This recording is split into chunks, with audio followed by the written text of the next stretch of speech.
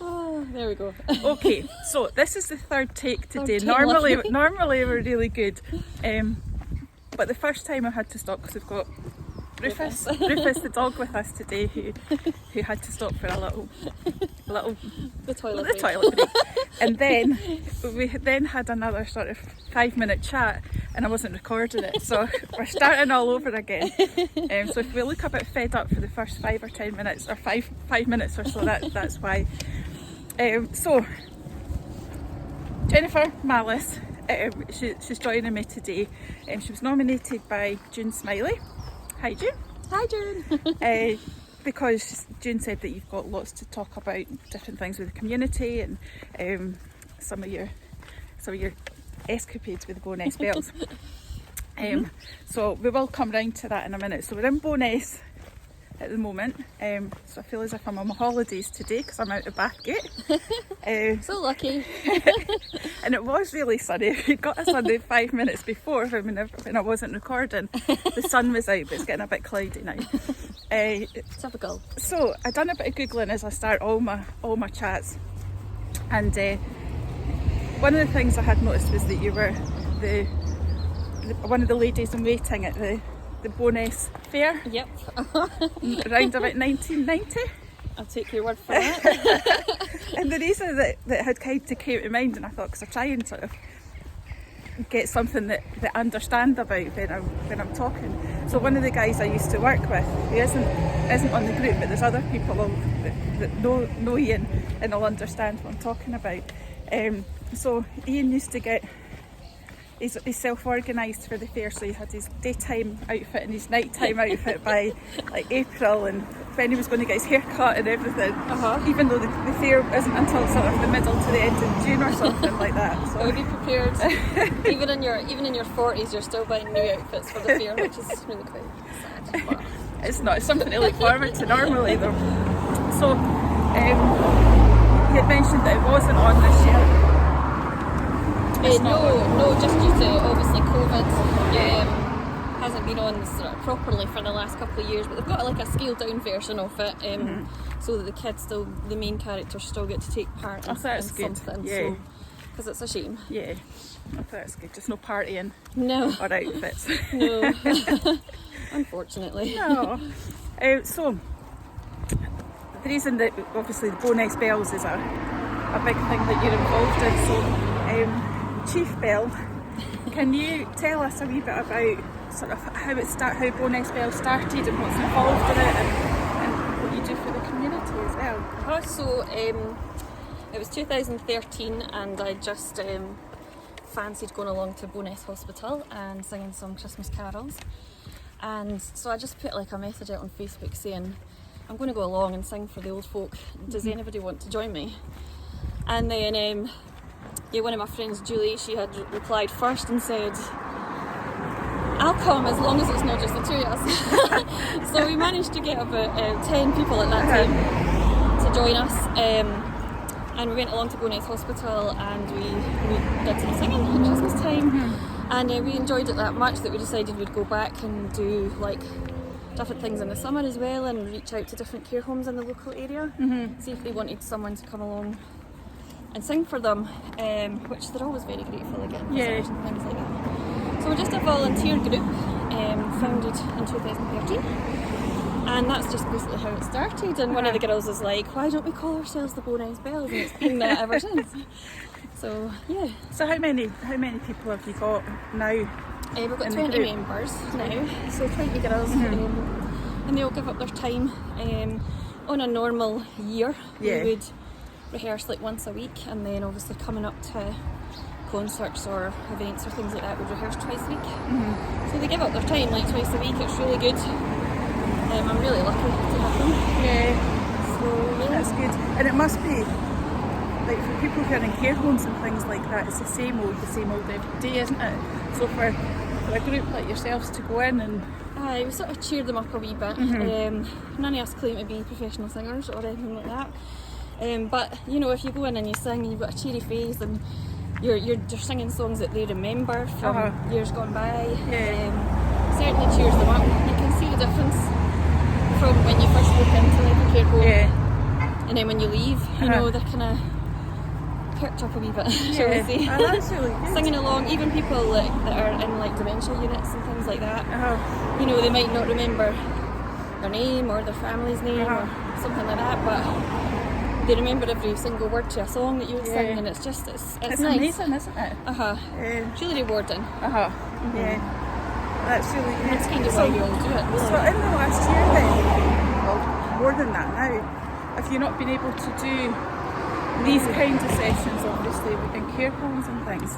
No, because obviously with COVID you can't, especially not care homes, you've just got to be really careful. But we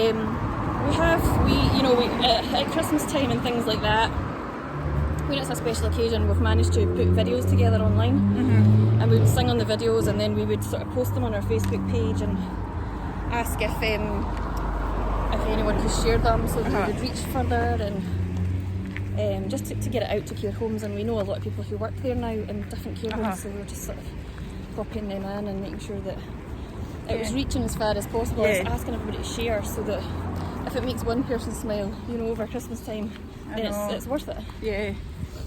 And it's just, I can't actually think what I was going to say. No, it's such a shame though that they're just like, you can't, there's nothing you could have done, but the way that we've used technology in the last year has been, it's been a lifesaver. Yeah, definitely. It's just, it's definitely been helpful. And during, not just for like the folk that we visit, but for each other, because we've got a strong bond, the girls, to try and keep together during this time. We've been doing weekly challenges, so I've just been setting these challenges every week to keep us going. Sorry, my dog's pulling me. He doesn't know that he's a film star. Look, here we go. The way that he was pulling you just now, you'd think it was a Sweet Burgers or something. So I've been setting these weekly challenges. It's been nice to see the girls, what they've been coming up with, and it's good for morale. It's good for your mental health, is to keep connected and keep singing, and singing makes us happy. So something that. So I love a challenge, but you're not going to give me a singing one. So it's just, so what kind of challenge? Definitely not. What kind of challenges have you been setting? So just things like sing a song with a colour in the title, or sing a song with a number in the title, or we've done like sing a song from, one of my favourite ones was sing a song from your favourite movie and reenact the scene. Reenact a scene from the movie. So I think this was near the beginning of lockdown, and everybody was well up for it because they'd nothing else to do. And so we got all these videos, brilliant videos of people reenacting scenes. My favourite film is Back to the Future, so I was doing a Marty McFly impression. That's so good. And again, like, it must have kept the morale up and everything. That's really good. It does. We did like quizzes and everything, like we do like cocktail quizzes that kept us going, I'll tell you. Definitely. Making cocktails. God, I wish I'd done this last year at this time. Give me ideas. Because I've just set a challenge just now in the group. Like, the group's got about 165 members, just exactly 165. That's a lot. And I said by the 1st of June I want to have 200, so if you can share the group with as many people. And also, I think there was 8 days, and I wanted to walk 50 miles in that 8 days. So some people in the group have accepted that challenge. I'm not doing very well with it at the moment. I'm behind. All right. But I'm hoping that I can catch up at the weekend. Because it's just too embarrassing if I set a challenge and then don't meet it myself. Nobody will think anything of me again. So one of the other things that you've not mentioned, and like I want you to mention, is about a lot of the fundraising that you've done. Because you've done lots and lots over the years. So we've raised money for various different charities. We started doing that just maybe about a year after we formed, just because we thought, why don't we try and raise some money for local charities? And we raised some money for the Falkirk Autistic Bairns the first year. We went to a recording studio and made a CD for Christmas and sold CDs and things like that. And then we started doing like different sort of guild events and things where people were happy to make a donation to the Bells for us going to sing for them. Aye, and then we've raised money for like people that are living with dementia, so different clubs that look after the elderly living with dementia, and then we've raised money for Bonus Food Bank. That was probably our biggest one. We raised over £8,000 for them, and today it's just different things. We even managed to give £1,000 to the local hospital at Christmas time because we had money in our funds, because obviously we're not able to get out and raise any money at the moment. Yeah. Do you want to go this way? Yeah, sure. And then so to date I think we've raised just nearly about £30,000. So it's quite good. That's quite so chuffed with good. that. Yeah, for something that you enjoy doing so much. It's something as that we well, love. So it's not like a hardship to go and do it. It's Yeah. just something really nice, and some people want to donate money to us for doing it, so it's really good. Yeah, and you've done the kilt walk as well, is that? Aye, we did. Did that to raise funds as well, and the kilt walk double your money, so it's quite good. So I think there was it 5 or 6 of us took part in that a few years ago. That was good. So it was 26.2 miles. Yeah. I forget the 0.2. I know.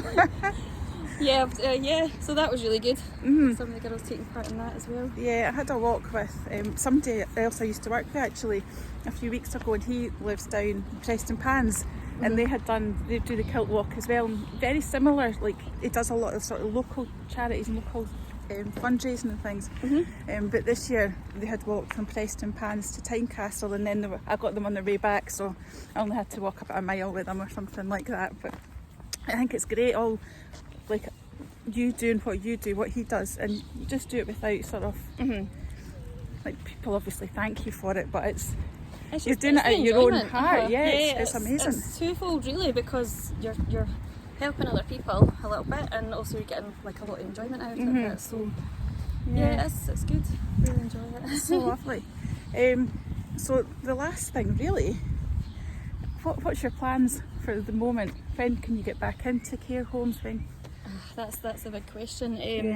So at the moment we've stopped our weekly challenges because I think just with lockdown easing a bit, it was just everybody was excited to get on with their life really.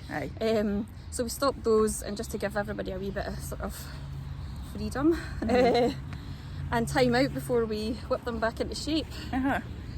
What we're hoping for at the moment, obviously this is only May into June, we're hoping for Christmas. Right. We're hoping to get rehearsals for Christmas. But in the meantime we've got a couple of wee things in the pipeline for the girls. It'll just be online stuff.